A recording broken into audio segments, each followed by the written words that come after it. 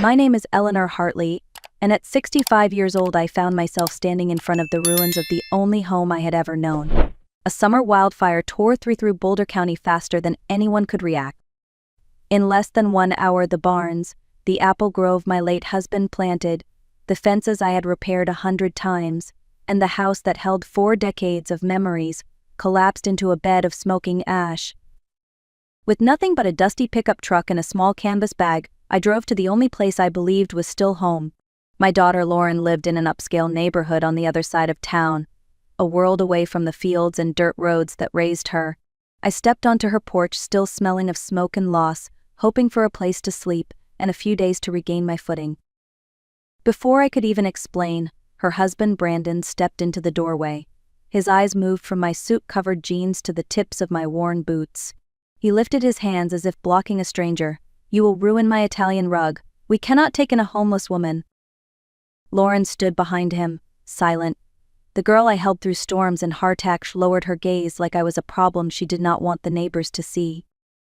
In that moment I understood I had lost more than a home. I had lost the last thread connecting me to the child I once believed would never turn away from me. And with nowhere else to go, I reached for a name I had not spoken in 15 years. A boy I once sheltered, a boy who had grown into a man no one in this town truly knew. Long before the wildfire and the quiet rejection on my daughter's porch, my life was built on early mornings, hard work, and the kind of simple honesty that comes from tending land with your own hands. I grew up on the same patch of earth I later raised my family on, a dairy farm tucked against the foothills of Boulder County. Life was never easy, but it was steady, and it was ours. When I married Daniel Hartley, we dreamed small but meaningful dreams. He planted an apple grove behind the barn and promised that when the trees matured, we would sit under them every fall and drink fresh cider. For years that grove was our pride. Then, one winter night, Daniel suffered a heart attack, and the world I knew shifted forever. I became both mother and father, both worker and caregiver, both comfort and structure for our daughter Lauren. I worked 3 jobs to hold everything together. At dawn I milked cows in the freezing dark. By noon I cleaned houses across town, scrubbing floors while pretending not to hear conversations about vacations and private schools. At night I served tables at a diner where regulars knew me by name and tipped me with kindness more often than money. I lived on oatmeal and leftover soup so Lauren could have new school shoes and enough for college savings. As she grew older, Lauren changed in ways I did not fully understand at the time. She stopped inviting friends home. She started spending more weekends away. When I showed up at her school events in my work clothes, she kept her distance, as if she were embarrassed to be seen beside me. I told myself it was normal teenage behavior, but deep down I felt our bond loosening thread by thread. I believed love and sacrifice would be enough to keep us close. I believed she understood how hard I fought to give her opportunities I never had. But looking back now, I see the truth. What I viewed as strength, she viewed as struggle. What I carried with pride, she carried with shame. And without realizing it, the distance between us grew wide enough for a wildfire to slip through. The day the wildfire swept through Boulder County felt unreal, as if nature had turned against us with no warning. The wind pushed the flames faster than anyone expected, tearing across dry grass and wooden fences like they were paper. I watched from the road as the fire leapt from one structure to the next, climbing across the barn roof and swallowing the apple grove Daniel planted. By the time the fire crews arrived, there was nothing left to save. When the smoke finally thinned, all that remained of my life was a pickup truck coated in ash. My home, my tools, the quilt Daniel's mother sewed for our wedding, every photograph of Lauren's childhood, every letter I saved from the years we struggled, all of it was gone. The insurance representative told me the claim would take months and might not cover even a fraction of what it would cost to rebuild. I had $200 in my checking account and no place to sleep. With nowhere else to turn, I drove to Lauren's house. The lawns in her neighborhood were trimmed perfectly, every house lined with warm porch lights and polished steps. I walked to her door with shaking hands, hoping she would understand the gravity of the moment. Before I could speak, Brandon appeared, blocking the entrance with his arm. His eyes narrowed at the smudges of soot on my jacket. "Look at you," he said. "You will ruin everything in this house. We do not have room for a homeless woman." Lauren stayed behind him, eyes avoiding mine, hands clasped like she wished I had never come. I whispered that I had nowhere else to go, not tonight, not after losing everything. But she stayed silent. For the first time in my life, I felt smaller than the ashes I had just walked away from. Long before the wildfire and long before Lauren shut her door in my face, there was a boy who used to appear on my porch just before dinner. His name was Evan Carter, the neighbor's child. Thin as a fence post and quiet in that way children are when they learn too early how to survive without being noticed. His family lived in a small, weathered house just beyond my fields. His father drank heavily, and the house often echoed with shouting long after the sun went down. His mother moved through life with the dull expression of someone carrying burdens she no longer had the strength to explain.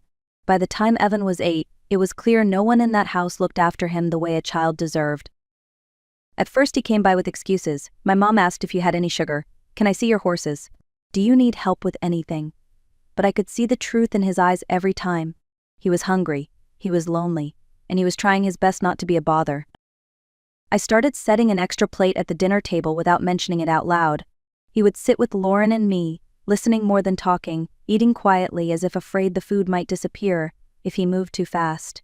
After dinner, he insisted on helping with chores. He gathered eggs, stacked feed bags, brushed down the horses, anything to feel useful. When I told him he didn't need to work, he shrugged and said he liked helping. I knew what he really meant. Work was safer than home. Some nights, when the yelling next door grew loud enough to shake the windows, I would find him sleeping in our barn the next morning. I never scolded him. I simply handed him a warm biscuit and pretended not to notice the fear still lingering in his eyes. By the time he reached his teenage years, Evan had discovered computers. He tore apart broken ones from the town recycling center and taught himself how to fix them. Then he started learning software, solving problems most adults couldn't understand. Even the teachers at his small public school admitted they didn't know how to challenge him. At 17, Evan earned a full scholarship to MIT. The night before he left, we sat on my porch under a Colorado sunset. He looked at me with a steadiness that did not belong to a boy that young and said softly, "You gave me a family, Eleanor. The only one I ever had." Those words stayed with me for 15 years, buried quietly under the noise of life. And I would soon learn they mattered more than I ever realized. Sitting alone in my truck outside Lauren's house, the smell of smoke still clinging to my clothes, I scrolled through my contacts with trembling fingers. I had no plan, no home, and no one left I felt I could call without shame. Then I saw a name I had not touched in 15 years, Evan Carter. I hesitated. He was no longer the thin boy sleeping in my barn or the teenager fixing old computers at my kitchen table. The last I heard, he had become something extraordinary, someone whose life existed far beyond the fences of our small Colorado town. What right did I have to reach out to him now? But loneliness makes the truth clearer. There are people you pour your heart into, and people who take and take until there is nothing left. Evan had never taken. He had only received what he needed to survive. Before fear could change my mind, I pressed the call button. The phone rang once, twice. Then his voice came through, deeper now but unmistakably his. "Eleanor, is that you? Are you all right?" The moment I heard my name in his voice, the tears I had been holding back finally slipped free. I tried to speak, but the words tangled together. He waited, patient as ever, until I finally managed to tell him everything. The fire, the loss, the rejection. He did not interrupt. He did not ask why. When I finished, there was a long breath on the other end of the line before he said, with a firmness that felt like shelter, "I am coming. Do not spend the night in that truck. I will take care of you." The night passed slowly in the hotel room Evan arranged for me, a quiet space that felt far too polished for someone who had lost everything less than a day earlier. I barely slept, unsure if the call had been real or a fragile wish my mind created to survive the shock. But the next morning, as I stood near the lobby window clutching a cup of coffee I could hardly taste, I heard it. A low rhythmic thumping in the distance. The sound grew louder, steady, unmistakable. When I stepped outside, a sleek black helicopter was descending onto the lawn, sending leaves swirling across the entrance. Guests stopped mid-conversation. Staff members pushed through the doors in disbelief. And then the cabin door opened. Evan Carter stepped out with the calm confidence of someone who lived in airports and boardrooms, but the moment his eyes found me, that confidence shifted into something warmer. He walked straight toward me without hesitation, arms open, expressions softening in a way that erased the years between us. "You look exhausted," he said gently. "Come here." For the first time in days, I felt safe. He guided me toward the helicopter, but before we boarded, he paused. "Eleanor, we are going to see Lauren and Brandon. If you do not want to speak, you do not have to. Just stand beside me." I nodded, though my hands shook. Minutes later, we were airborne, the landscape shrinking beneath us. When we reached Lauren's neighborhood, Evan had arranged landing clearance at a nearby park. Families walking dogs stopped to stare. Curtains rustled. Front doors opened. And across the street, in front of her immaculate home, stood Lauren and Brandon, confusion painted across their faces. As we walked toward them, Evan's voice lowered. "Remember," he said, "you do not owe anyone excuses for how you survived."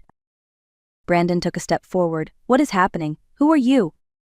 Evan extended a hand, not for greeting, but to introduce the truth he had carried for years. "I am Evan Carter, and this woman, the one you turned away, is the only mother I have ever had." A hush fell over the street. And for the first time since the fire, I felt the balance of my life shifting back into place. The drive to Aspen felt unreal, as if I had stepped out of my own life and into someone else's story. Evan sat beside me in the back of a quiet black SUV, answering messages on his phone, pausing every few minutes to ask if I was comfortable, if I needed water, if the air felt too warm. He had grown into a man who made decisions with certainty, but he carried the same kindness he had as a boy sitting at my kitchen table. When the gates of the property opened, I felt my breath catch. The house was not a house at all. It was a wide, sunlit estate nestled against the base of a ridge, with tall windows that reflected the pine trees behind it. Paths of stone led to a wraparound porch, and the sound of a small fountain blended with the wind moving through the branches. A woman stepped out to greet us, warm smile and steady posture. "I am Marcia," she said. "I manage the home." Inside, a cook named Helena was preparing lunch, and the gardener, Franklin, appeared with a basket of fresh herbs he had trimmed that morning. Every person looked at me not with pity but with welcome. Evan walked me through the rooms, letting me explore at my own pace. There was a library with tall shelves and a rolling ladder, a kitchen filled with natural light, and a quiet sunroom that smelled faintly of cedar. My bedroom overlooked the hillside where deer sometimes wandered near the trees. "This is yours now," Evan said simply. "No expectations, no conditions, just comfort and peace." That first night, I lay in a bed that felt too soft, staring at the ceiling, unsure if I deserved any of it. But in the morning, as sunlight filled the room and Helena set a plate of warm biscuits in front of me, I felt something I had not felt in years. I felt at home. Evan visited later that afternoon. He walked in carrying a stack of books he thought I might enjoy. He sat with me on the porch, telling me about his work, his travels, the ideas he was building. It was the same porch conversation we had shared when he was a child, only now he was taller, stronger, and somehow still the same boy who once needed a place to rest. For the first time since the wildfire, I felt my life beginning again. It was 3 weeks after I moved into the Aspen estate, when Marcia knocked gently on the library door and told me someone was waiting outside. I expected a delivery or maybe a neighbor stopping by to introduce themselves. I did not expect to see my daughter standing on the front porch, clutching a designer handbag like it was a lifeline. Lauren had always cared about presentation, but that day her effort felt heavier, as if she were wearing her best clothes not out of pride, but out of fear. She offered a small, uncertain smile. "Hi, Mom. This place is wow." I invited her inside. She walked slowly, eyes trailing over the tall ceilings, the polished wood floors, the art on the walls. I could sense her calculating, comparing, trying to understand how the mother she once dismissed as poor now lived in a place richer than anything she had ever visited. We sat across from each other at the long dining table. For a moment, neither of us spoke. "Mom," she began, "I made a terrible mistake that night. Brandon and I were overwhelmed and unprepared. We reacted badly. We never meant to hurt you." Her words were rehearsed, neat, polished, but her eyes were restless. I asked her gently, "What is it you want from me, Lauren?" She blinked, startled. "I want us to be a family again." I nodded slowly. "And what does that mean to you?" She hesitated. "Well, maybe you could come stay with us now that things are calmer. We prepared a room for you. And we should talk about the trust Evan set up. $20 million is life-changing, Mom. Maybe we could work together to make decisions that benefit all of us." There it was, the truth behind her visit, not healing, not reconciliation, access. I looked at her, really looked, past the perfect makeup and forced smile, past the expensive jewelry and carefully chosen words. I saw the same fear she carried as a teenager, the fear of not being enough, of being seen as less. "Lauren," I said quietly, "do you want me back in your life, or do you want what comes with me now?" Her mouth opened, closed, opened again. "I do not know how to answer that."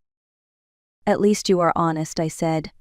"The relationship we had before, the one where I gave and you took without thinking, that relationship ended the night you closed your door on me." "Then what is left?" she whispered. "What you choose to build, if you decide to build anything at all." She looked down at her hands, her voice trembled.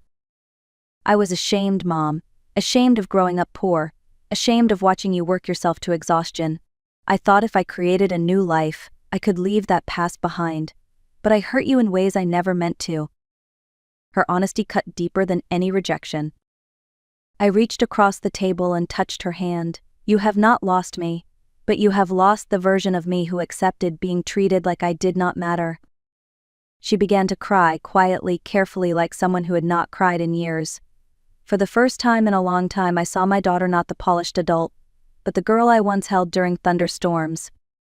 But even then I knew something important. Love alone would not fix what had broken between us. Lauren left the estate that evening with promises to call, to visit, to try again. I wanted to believe her, but life has a way of revealing the truth with time, not intention, and time moved quickly. Within weeks, word of what happened on her porch the night of the wildfire spread through her neighborhood. Someone had recorded bits of the confrontation, and though the video was short and grainy, it showed enough. Brandon's voice calling me a homeless woman, Lauren standing behind him, silent, Evan arriving in a helicopter. The story traveled faster than gossip usually does, fueled by curiosity and quiet judgment. Brandon's company heard about it too. His firm valued image more than results, and a man willing to turn away an elderly woman in need was not the kind of leader they wanted representing them. A promotion he had counted on slipped away.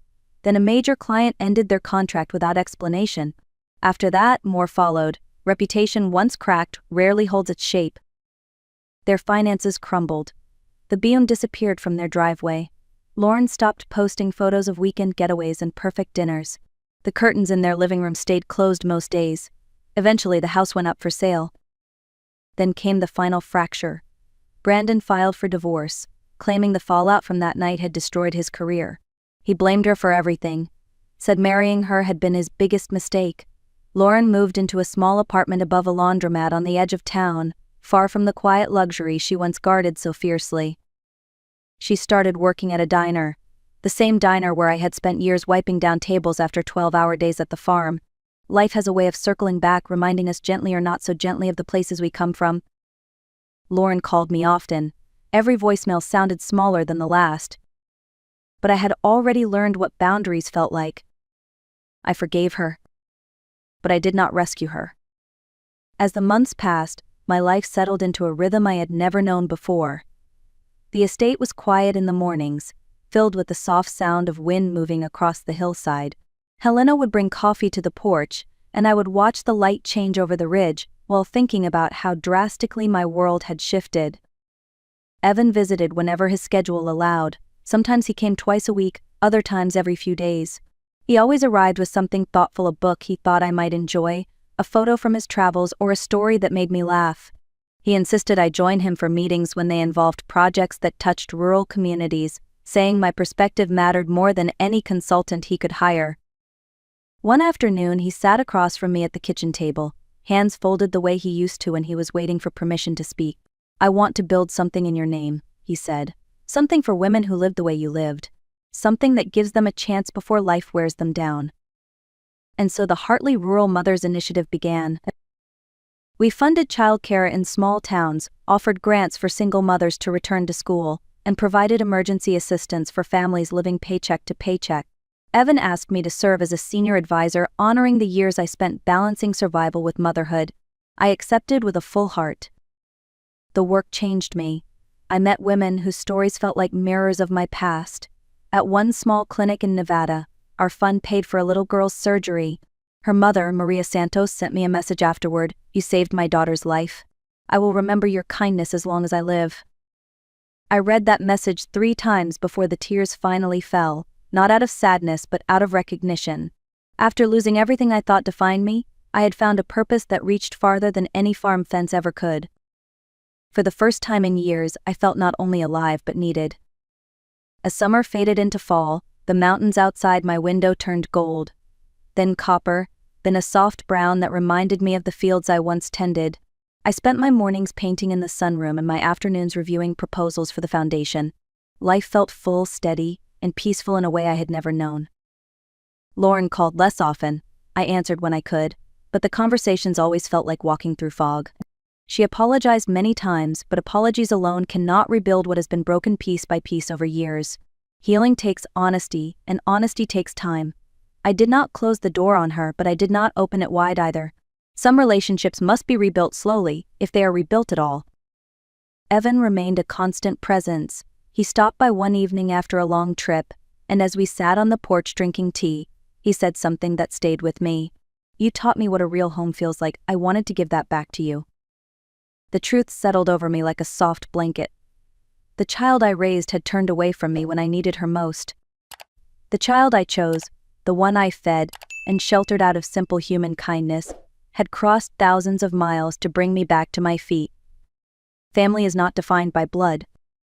Family is defined by loyalty, by memory, by the quiet choices we make to show up for each other. As I end this chapter of my life, I find myself wondering about you who are listening. Have you ever been hurt by someone you thought would protect you? Have you ever been saved by someone you never expected? Share your thoughts in the comments. Your stories matter more than you know. And if mine touched you today, consider liking and sharing this video.